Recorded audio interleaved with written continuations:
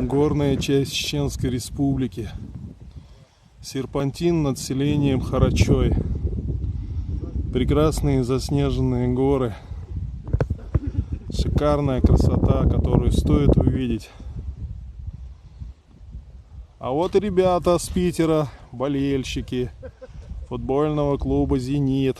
Пацаны, я видео снимаю, скажем что-нибудь хорошее.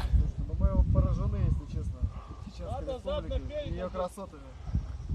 Удивлены, я бы сказал. Неожиданно здорово. Красиво. Надеюсь, что правда красиво. И вкусно еще добавок, да? Ну, еда здесь отменная, тут даже разговора нет. Чеченская кухня просто великолепна. На Южной улице вчера был просто божественно. И готовят на совесть. Где-то там внизу, вон там в ущелье шумит дикая река. Ее грохот доносится даже до сюда.